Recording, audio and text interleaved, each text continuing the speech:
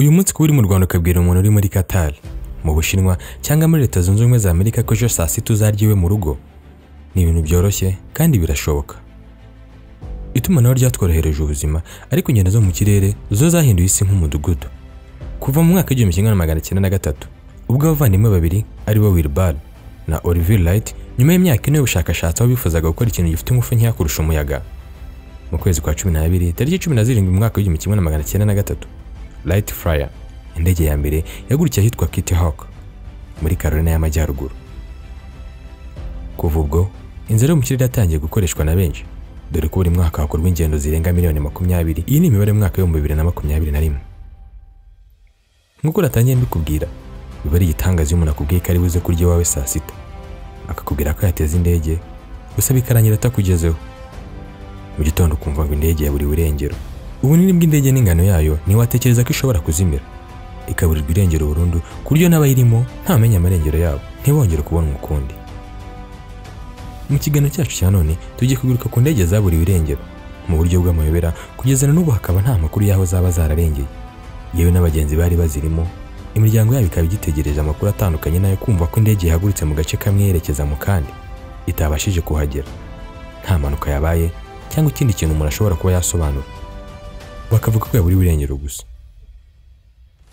Njye babategure nkaba ngiye kubagezaho ikiganiro, ndi Jehova ni ikora uko ishaka.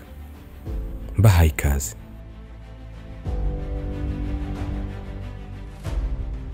Kuva mu mwaka w'1903 indege ya mbere ikozwe ikanaguruka. Indege yashoboraga kumara iminota 30 mu kirere itwaye abantu babiri, ubimara amasaha arenga 28 ihetse amagana y'abantu, tutibagiwe n'imizigo yabo. Amateka y'umwaduko w'indege ni maremare, ariko niko herekezwa n'indege zagiye ziburirwa irengero zikazimira, abafite abazibirimo bakarira bakihanagura, nyamara batabashije no gushyingura imibiri y'ababo. Ushobora kuri kubyumva nk'ibitangaza. Indege zagiye ziburirwa irengero ni nyinshi, ariko mu kiganiro cyacu turagaruka kuzabuze mu buryo bw'amayobera, ndetse zimwe zikavuga ko zaba zaratwawe n'ibivejuru. Nubwo isi imaze kugera ku ikoranabuhanga ry'akataraboneka, ibihugu byinshi bifite satelite zihambaye, ibyuma bigenzura ikirere ari byo radar. Nk'aho ibyo bidahagije, indege z'ubwazo zifite GPS, Système de Positionnement Global. Utu ni utwuma tugenzura aho indege igeze, hamwe n'ubundi buhanga buhanitse bwo kugenzura ikirere n'ibikiberamo hamwe n'ibikinyuramo.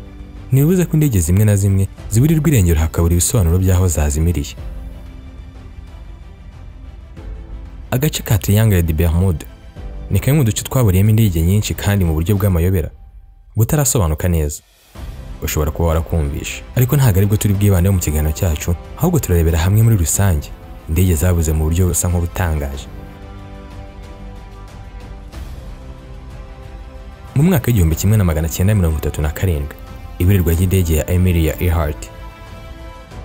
Amelia Earhart uyu ni umunyamerikakazi wa mbere ku isi wabashije kuguruka hejuru y'inyanja ya Atlantika agendera mu ndege wenyine. Ku itariki 2 z'ukwezi kwa karindwi mu mwaka w'1937 nibwo we na mugenzi we Fred Nolan baburiwe irengero mu gihe bari mu rugendo rwo kuzenguruka isi. Iburirwa irengero kwa Amelia Earhart kwabaye amayobera kuri benshi mu bashakashatsi kugeza na n'ubu. Amelia Earhart wabuze ari mu rugendo rwo kuzenguruka isi, bivugwa ko amavuta y'indege ashobora kuba yaramushiriyeho akagwa mu nyanja. Gusa hari n'andi makuru avuga ko ashobora kuba yari umutasi wa Franklin D. Roosevelt, uyu wari perezida wa Amerika guhera mu mwaka w'1933 kugeza mu mwaka w'1947, bityo akaba yarafashwe n'ingabo z'Abayapani. Ibindi bivuga ko ibura ry'iyi ndege ni uko yaba yarageze ku kirwa cy'Abayapani, akaba ari naho Amelia Earhart yaba yarapfiriye, umurambo we ugatwikirwa n'umucanga. Ivuga ku ibura n'irengero by'indege ni byinshi, ari nayo mpamvu izamuzaburiwe irengero mu buryo budasobanutse n'amagingo ye. Ikinyamakuru The Mirror cyo mu Bwongereza cyatangaje amakuru avuga ko hari ubwo umugore yaba yarakize impanuka akajyanwa muri leta ya New Jersey muri Amerika agahindurirwa umwirondoro. Uretse ko n'abadatinya kuvuga ko uyu mugore yaba yarajyanywe n'ibivejuru byo mu bwoko bwa alien. Mu mwaka w'1945 indege 5 z'igisirikare cy'Abanyamerika zarabuze. Izi ndege 5 zaburiwe irengero mu gace ka Triangle de Bermude iherereye mu burengerazuba bw'amajyaruguru y'inyanja ya Atlantique mu rugendo rwise Flight 19 cyangwa se Flight 19. Iyi mpande eshatu iherereye hagati ya Florida, Puerto Rico n'agace ka Bermuda Kuburirwa irengero kw'izi ndege n'abari bazirimo 14 kugeza n'amagingo ubu ntibirasobanuka neza, ndetse bigatuma aka gace zaburiyemo kibazwaho kakanavugwaho na byinshi. Uko ari 5 zaburiye rimwe mu buryo kugeza amagingo butarasobanuka. Izi ndege zo mu bwoko bwa TBM Avenger zijya kubura zari mu myitozo tariki 5 z'ukwezi kwa 12 mu mwaka w'1945 ari nabwo zaburiwe irengero. TBM Avenger zari zimwe mu ndege zari zikomeye mu ntambara y'isi ya kabiri. Uko ari 5 zahagurutse ku kibuga cya Fort Lauderdale muri Florida ku isaha ya 8:50. Ikirere cyari cyiza. Nyuma y'isaha n'igice mu rugendo, uwari uyoboye ariwe Charles Taylor akaba inzobere mu kugurutsa indege. Yahamagaye avuga ko twerekana amerekezo twe tubiri direction de la boussole twari tutagikora neza. Akomeza avuga ko ndetse batari bazi aho bari. Nyuma gato abari bazitwaye bose baburiwe irengero nazo ubwazo. Ubwato n'indege by'abatabazi byihutiye kujya kuzishakisha, ariko ntihagira icyo babona na kimwe. Ini ndege PBM Mariner yarimo 13 yoherejwe ku isaha ya 8:30 z'ijoro kujya gushakisha zimwe zabuze ku manywa, nayo yarazimiye. Bituma umubare w'indege zabuze uwo munsi w'indege 6 n'abarenga 25 mu munsi umwe. Douglas C. 54 D Skymaster yabuze mu mwaka w'1950. Iyo bivuga ko ishobora kuba yaratwawe n'ibivejuru. Iyi ndege yari itwaye abantu 36 bo mu nzego za gisirikare ndetse n'abasivili 8. Yari bakuye muri Alaska ibajyanye muri Montana mu rugendo rwiswe Flight 2469. Ku itariki 26 z'ukwezi kwa mbere mu mwaka w'2015, nyuma y'amasaha 2 gusa yahagurutse, yahise iburirwa irengero. Ikibura indege 85 z'Abanyamerika n'iz'igihugu cya Canada byatangiye kuyishakisha.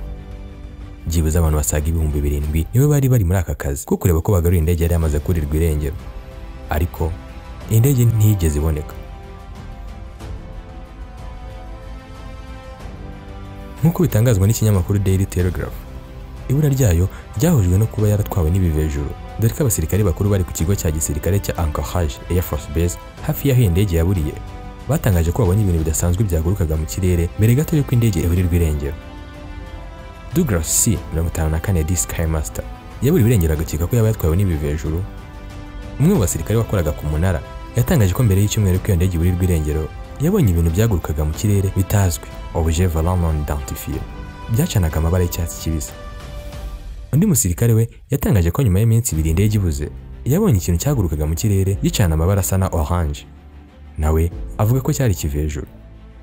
Mu nyandiko yacyo mu kwezi kwa gatatu mu mwaka w'2015, ikinyamakuru Daily Telegraph cyahaye umutwe ugira uti American family still haunted by military aircraft mysterious disappearance in 1950. Byavugaga ko imiryango ya bamwe mu Banyamerika bagitegereje abo babuze mu mwaka w'1950. Ikinyamakuru n'ubu kiracyahari. Aba batangaje ko umugore wa Sergeant Clarence Gibson, umwe mu bayiburiyemo, yarinze apfa mu mwaka w'2013 akibaza icyaba cyarabaye ku mugabo we Gibson wari ufite imyaka 35 ubwo indege yaburaga. Gibson yasigiye umugore w'abana b'abakobwa 2 ndetse asigana atwita umwana wabo wa gatatu. Mrs Jackson, umwe mu bakobwa ba Gibson, avuga ko nyina yarinze apfa agifite agahinda anibaza aho se yaba yaraguye. Yagize ati, niwe bakundanye bwa mbere ndetse mbere yuko apfa yifuzaga kuba yamenye icyaba cyarabaye kuri data. Yizeraga ko umugabo we yagumye ari muzima ubwo indege yagwaga, wenda akaba yarishwe n'ubukonje. Ntiyumvishaga uburyo indege yaburirwa irengero ikazimira. Bavugaga ko data yapfuye, ariko sintekereza ko mama we ariko yabitekerezaga. Ntiyigeze abyiyumvisha habe n'umunsi n'umwe. Ayo ni amagambo ya Mademoiselle Jackson, umwana wa Gibson waburiwe muri iyo ndege. Uyu mugore afite imyaka 63 ubwo ibi byatangazwaga niwe wavutse nyuma ho gato y'uko isaburiwe irengero. Nyuma yaje kujya mu biro bya Perezida Barack Obama gusaba ko ubushakashatsi bw'indege Douglas C.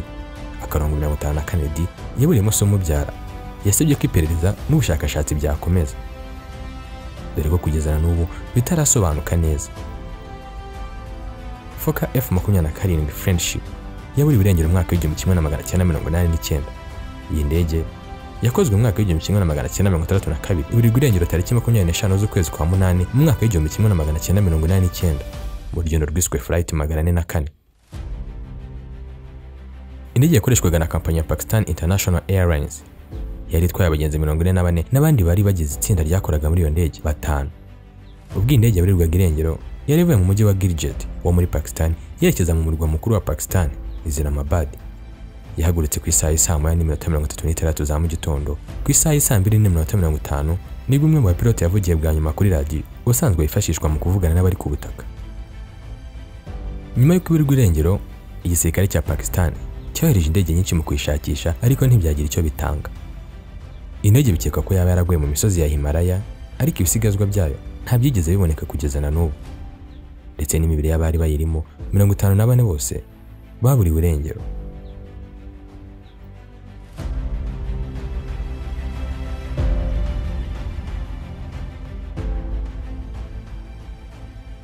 Iyi ndege yaburiwe irengero mu mwaka w'1932 bahita Lockheed R-1049 Super Construction Propliner. Ku itariki 16 z'ukwezi kwa gatatu mu mwaka w'1932 indege y'igisirikare cya Amerika yaburiwe irengero mu rugendo rwiswe Flying Tiger Line Flight 739. Iyi ndege yaburiwe irengero mu burengerazuba bw'inyanja ya Pacific, yari itwaye abasirikare 93 n'abandi 3 bakomoka muri Vietnam. Abakoraga muri iyo ndege 11 b'abasivili. Bose hamwe bari bavuye muri California ku kibuga cya Travis Air Force Base berekeje mu mujyi wa Senyo muri Vietnam.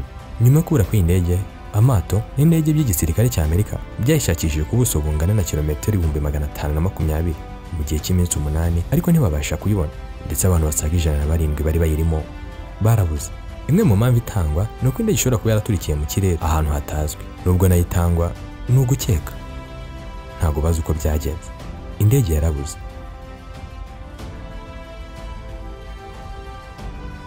Indi ndege iherutse kurirwa irengero ni indege Boeing 777-200 AL ya kompanyi ya Malaysia Airlines. Iyi ndege yaburiwe irengero mu mwaka w'2014.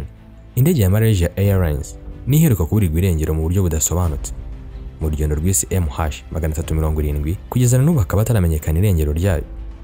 Abagenzi 227 bari bayirimo, ndetse n'itsinda ry'abandi 12 bakoraga muri iyo ndege. Kuba yaraburiyemo abantu benshi, kuba yarabuze ari igihugu cya Malaysia, kimwe mu bihugu bifite za radar, ibyuma bikomeye bihambaye bigenzura ikirere, ni bimwe mu bituma ibivugwa hari byinshi, ndetse n'amagingo nayo hakaba kiza byinshi biyivugwaho. Boeing 777-200 AL yaburiwe irengero irimo abantu 239. Bose barabura. Nyuma y'uko indege iburiwe irengero, kari agahinda gusa kubaburiyemo ababo. Hari ku itariki 8 z'ukwezi kwa gatatu mu mwaka w'2014 ubwo Boeing 777-200 AL yihagurukaga muri Malaysia ku kibuga cya Kuala Lumpur International Airport yerekeje Beijing mu Bushinwa ku kibuga cya Beijing Capital International Airport. Nyuma y'isaha imwe gusa yahagurutse, abari bayitwaye nibwo bwa nyuma bumvikanye n'abari ku butaka. Ubwo yari igeze mu majyepfo y'inyanja y'Ubushinwa, indege yabuze mu buryo butunguranye, ntiyongera kubonwa n'ibyuma bigenzura ikirere. Abakozi bose bakomokaga mu gihugu cya Malaysia. Iyi ndege yari itwaye abagenzi bose baturuka mu bihugu 15 bitandukanye. 153 bakomokaga mu gihugu cy'Ubushinwa, dore ko naho yarimo yerekeza, naho 38 bakomokaga muri Malaysia. Abandi bagenzi baburiye muri iyo ndege bakomokaga muri Iran, Amerika, Canada, Indonesia, Australia, India, New Zealand, Ukraine, Russia, Taiwan no muri New Zealand. Bivuga ko ishobora kuba yaraburiye mu nyanja y'Ubuhinde, ariko ntihazwi icyayibayeho, yewe n'abagenzi bari bayirimo. Ibihugu nk'Ubushinwa, Malaysia, Australia byakoze uko bishoboye bikoresha ibikoresho bihambaye, ariko MH370 ntiraboneka. Ababuriye ababo muri iyi ndege, ukwizera kwabo bagushize muri Nyagasani.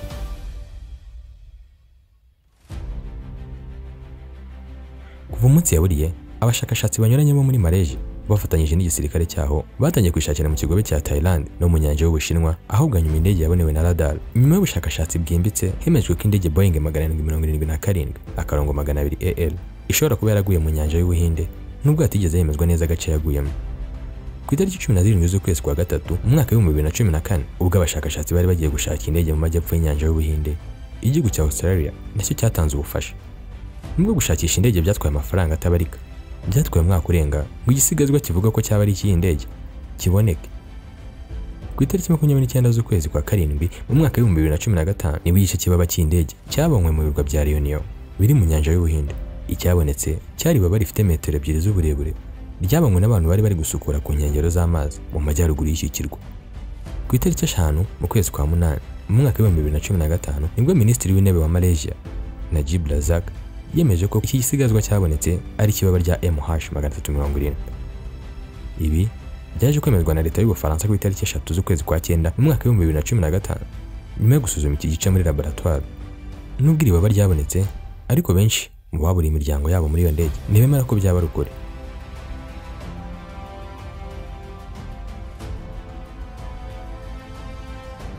Ibaba rya MH370 ryatoragwa mu birwa bya Réunion.